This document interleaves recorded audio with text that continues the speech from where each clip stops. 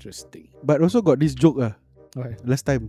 What if you saw some other animal? What do you call it? Is it? No. Oh, no. This one is the prince is standing. He asked the advisors, "What animal is that?" Then they don't know, so they ask the locals. Then the local happen to be an Indian. Singapore. So this Singapore. Become Singapore lah. Come Singapore. I am Daddy Vibes. I am Baby Q. And we are Cookie Max. Tekken lah. Oh, you go to future already, Then he, abang. I said, bro. I said, that's Nathan, bro.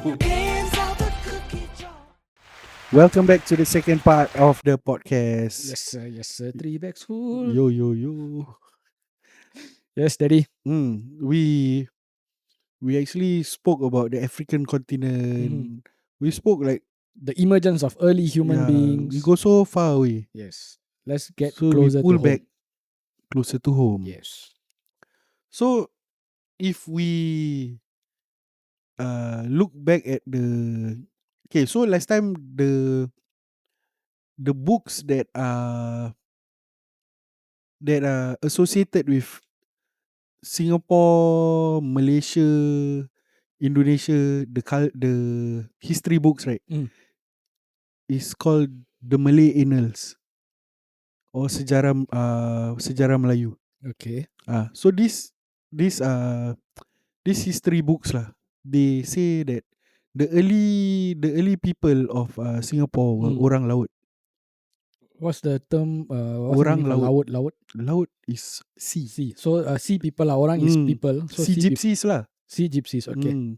So Orang Laut lah. So sea people. So this like the people in Singapore lah. Basically they were all coastal communities lah. And if you fast forward to today because the Orang Laut and the Malay people is very, how to say, it's very close lah. They evolved to the Malay people today lah. Until today Malay people in Singapore, they like to stay coastal areas. Until today, bro. You see like Yishun Woodlands, the north, the coastal. They like to stay Pasir Ris, Tampines, Bedok, coastal area. East Coast that stretch before it becomes all these big expensive condos all were all like Malay coastal settlements. Correct. So like until today lah, like the Malays lah, it's inbuilt in them that they like to be near the sea. Yes. But the Malay like me, I don't know how to swim, bro. Legit, I don't know. Then that means you should have been my first student lah. No, you kena fuck. Yeah, but yeah lah. In general lah, Okay. the Malay community like to be near coastal areas lah. Yes. To have actual visible proof of it, you can experience this locally as well. To actually verify what he said. Okay. Example. They all mostly locals. Right? No, I'm saying like what you just said. The Malay community, the coastal, this one, right? So as non-Malays, if you feel that if you want to experience it firsthand, you just over the weekend just take a short trip to East Coast, East Coast or Changi Beach, that kind of place. You can actually see a lot of Malays, like camping and all those things. So it is understandable. It makes sense also. Not a racist thing, No, I'm just saying, like, if you really want to, yes, it's a fact. You can see almost every weekend, or especially during like long festive period, holiday seasons and all. Like when me and my family and relatives, we have like a picnic at barbecue at the seaside. The whole, most of the whole place is packed by tentage and all those things, and camping tents and all. It's all majority is the Malay community. Even the Malays that stay nearer to town, Geylang all. Geylang also is the Kallang River mouth, you know. It's also coastal settlement like that's how they like to stay around that areas lah.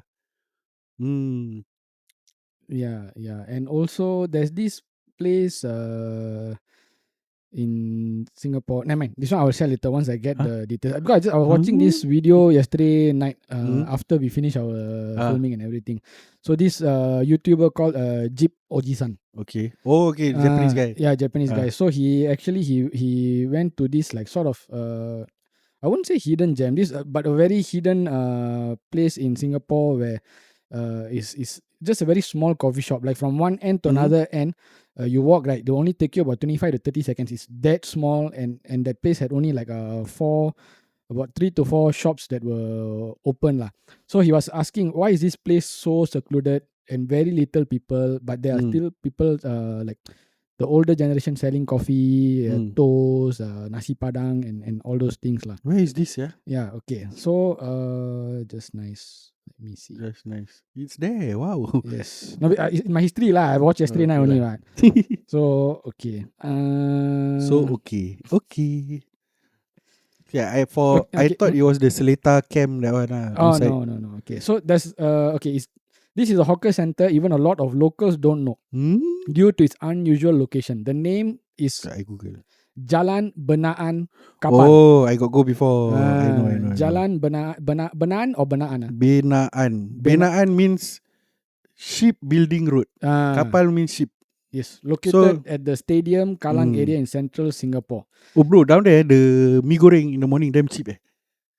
The whole coffee shop, the food is cheap, bro. Yeah, it's damn cheap. The coffee below $1. 2 egg and the toast $2.60. Yeah. The whole set is $2. Nasi padang with I think 3 or 4 different dishes. $4.50, yeah, bro. I used to go there a lot. And apparently the food is not say fantastic. It's okay lah. It's nice. It's nice, like like old school comfort food lah. Correct. People can enjoy. So this has a long and unique history where it used to cater to many shipyard workers. Okay, so that behind it is the Kallang River Basin, if I'm not wrong. Yes. So surrounding it were all the warehouse, the godowns. So if you play soccer, right, you know the cage, Kallang.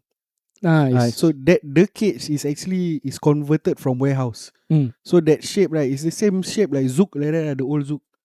It's warehouse. So those were all the warehouse, and that is the place that service all these workers who this one lah. But now it services people like me lah after peak period, after the morning rush, after driving, chill, makan. then go makan there. After Hari Raya lah, I go visit there again. They call me so very damn cheap lah. Damn cheap. And it's damn old school, bro. Correct. Like just imagine how can you find nasi padang for $4.50? Yeah. Cannot. Their nasi lemak, if I'm not wrong, $2.50 or $3 with chicken. And their coffee, for me, I don't eat their toast and the egg lah, because you go there, eat the mee goreng, eat the nasi ayam, nasi lemak, right? So it's like, the coffee I buy there is like below $1. Legit. It's very cheap lah. And they managed to keep the cost low. It's as though inflation don't exist. So that area is also, it's a place that is populated by Malay as well lah. I mean, like in the past lah, that Benaan Kapal stretch so the one that works, the coolies and stuff, but all majority Malays, Malay community, is it? Apart from the Indians and the Chinese lah. Because the Chinese were also were also being coolies lah. But if you know the history, when they say coolie, right, coolie is the one that carrying all the sack and bringing it down, but the one who repairs the ships and stuff were mostly the Malays. And these Malays, right, the Orang Laut in the past, they have, even until today the coastal areas of like Malaysia, all these people, they have a talent. They have iron lungs. Meaning? They can go dive in and stay there for long without tank. So that's how actually if you remember all these coastal places, the kampongs are all built on stilts, bro. So in order to do that, right, they actually need to dive in and correct. Just to accommodate for high tide seasons correct. And all lah. Yeah. Nice. So they a lot, the people last time they can dive for long hours lah. Iron lungs. Okay, so back to back to the story. Mm. Wow, we talked for 10 minutes. Okay, back for the intro. Back to the story. The origins of the people in Singapore were Orang Laut. Mostly coastal settlements. And then, oh yeah, interesting fact. One, not say famous lah. One place that I know lah is the Orang Orang Seletar. Orang Laut Seletar. So it's the part of Seletar. So they stay in that coastal area lah, Seletar.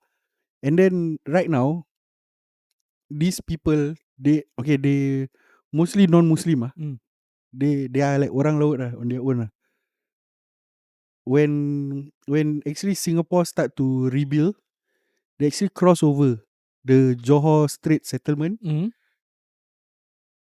to this part of Johor, which is just opposite Seletar, and they set foot there. This kampung, they set up the kampung there, and they all stay there, relocated there. So if you Google or YouTube this Seletar people, they how to say, they call themselves Seletar people. Seletar people. So this is like a community on its own, a Malay community on its own lah. It's Malay, not Muslim. Orang Laut.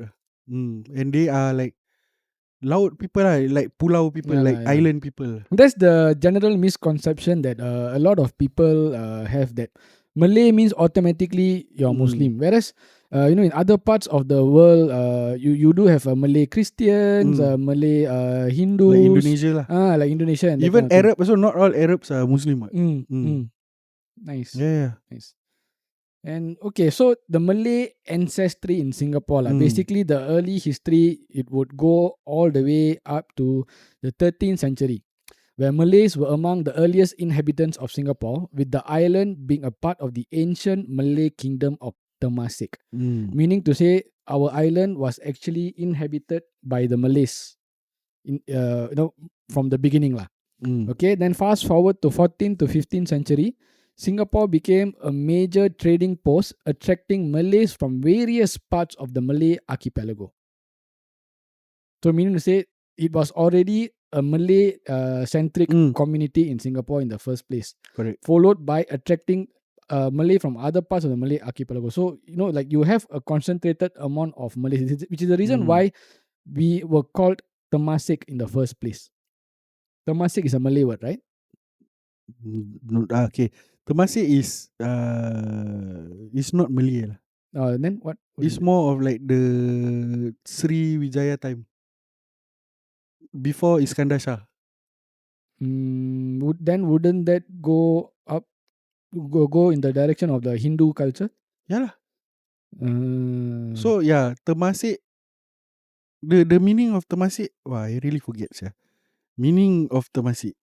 I asked because I had a feeling you might know lah. Okay, see, it's the old name for Singapore, which means sea town, or in Malay. So it is a Malay word lah. It derived from there lah. Okay. The word, the keyword was Tasik.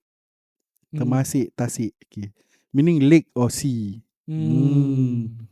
Yeah, so this Javanese eulogy written in 1365, the Malay Annals and Chinese records. Wang Tayan, a Chinese traveller, described a Malay settlement called Tanmaksi.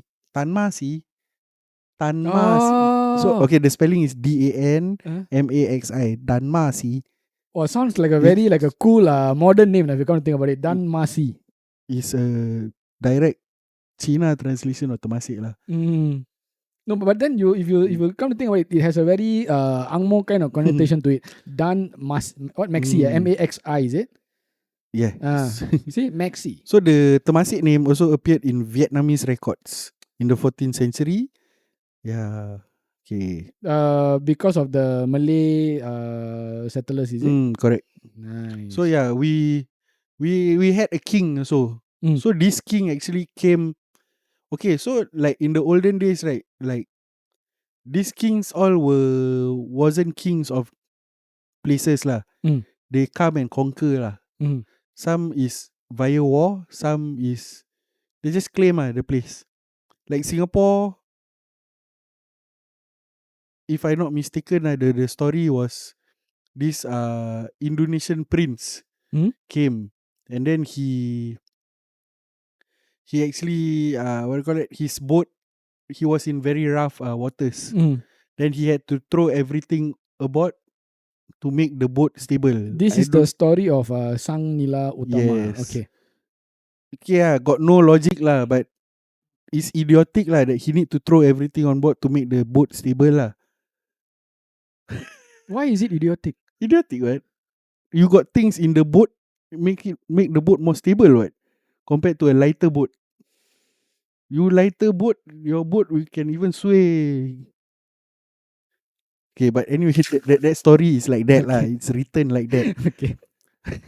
So I don't know, folklore or fable or I don't know, or mythology, but yeah. So this Sang Nila Utama and his crew lah, he had to throw everything on board. So some must be his advisor tell him, hey, throw everything. So everybody throw, including what they have and stuff. So they throw everything on board. Still the water not come. So the last thing, some cuckoo tell him, hey, open your crown, throw. That's what he did. He opened the crown and he throw. Then the sea got calm. That's why I say stupid, right? But anyway, it's like that lah. Okay. So he landed. Maybe it has some religious context to it that, but that one Hindu we don't lah. know lah. That confirm Hindu. Yeah, that one wasn't Muslims wasn't here already. Yeah. So reach this island in Singapore lah. Okay. But the famous story we know is how they reached the island, then he saw lion that kind of thing. Okay. Interesting. But also got this joke Okay. last time. What if you saw some other animal? What do you call it? Is it? No. This one is the, what you call it? Like last time Channel 5 got the Swami Yusof do the parody or this. So they actually reenacted this scene. Okay. So the prince is standing. He asked the advisors, what animal is that? Then after that, then they don't know. So they ask the locals. Then the local happened to be an Indian. Singapore. So this Singapore become Singapore lah. Come Singapore. Just a humorous twist to it lah, basically. Yeah. Okay. So historical influences. Okay. So the Malay Sultanate. Okay, in the 14th century, the Malay Sultanate. How you pronounce it? Sultanate of Singapore was established with the Sultan ruling over the island.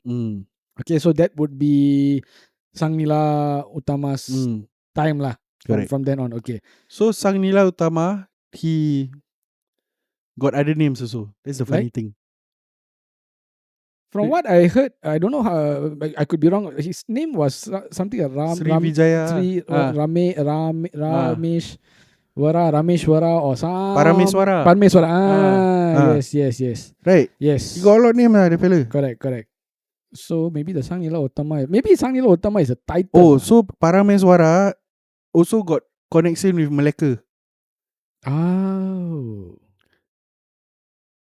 Okay. So Parameswara in Malacca, they know him as Iskandar Shah. Sultan Iskandar Shah. So that Iskandar Shah don't we also have one Sultan Iskandar Shah in Singapore? It's the same guy, bro. Fucking a lot of name. Don't know why.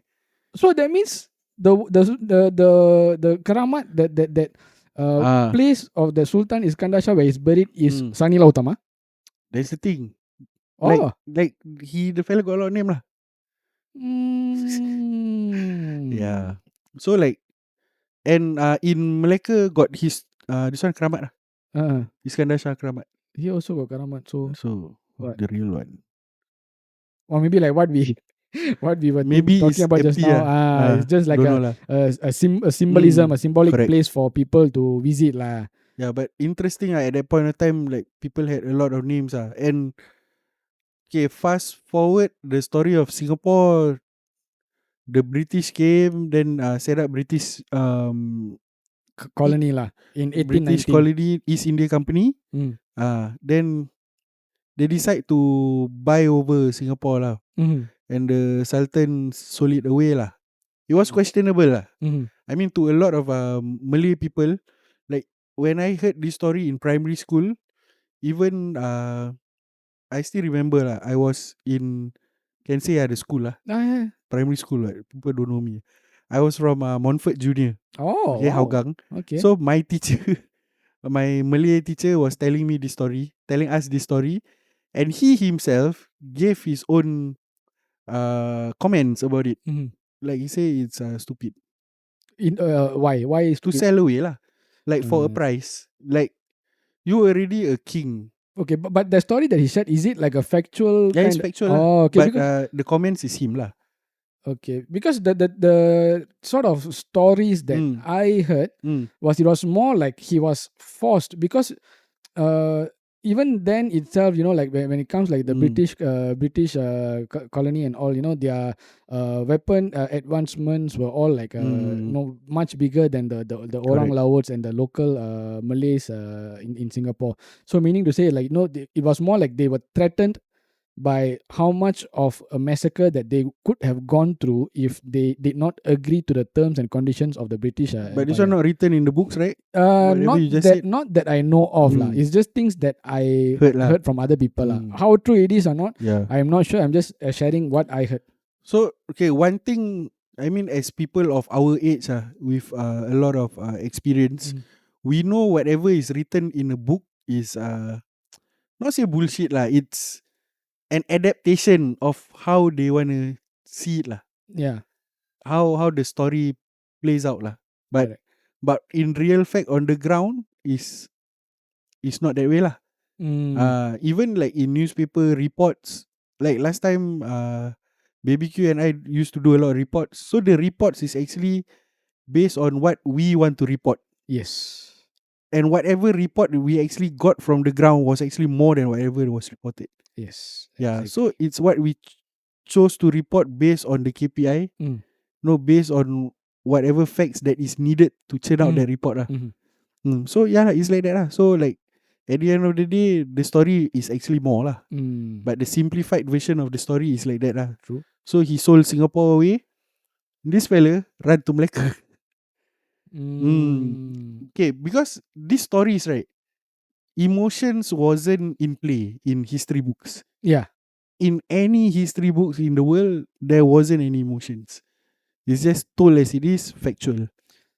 Talking about history books, just to sidetrack. Okay, not really sidetrack, like it is in relation to whatever on track lah, about what you're talking. Like so, historian already, we talking. That's right. So do you remember reading about Sang-Nila Utama and his adventures and his so-called, like how he came to Singapore and all during your primary school days? Yeah.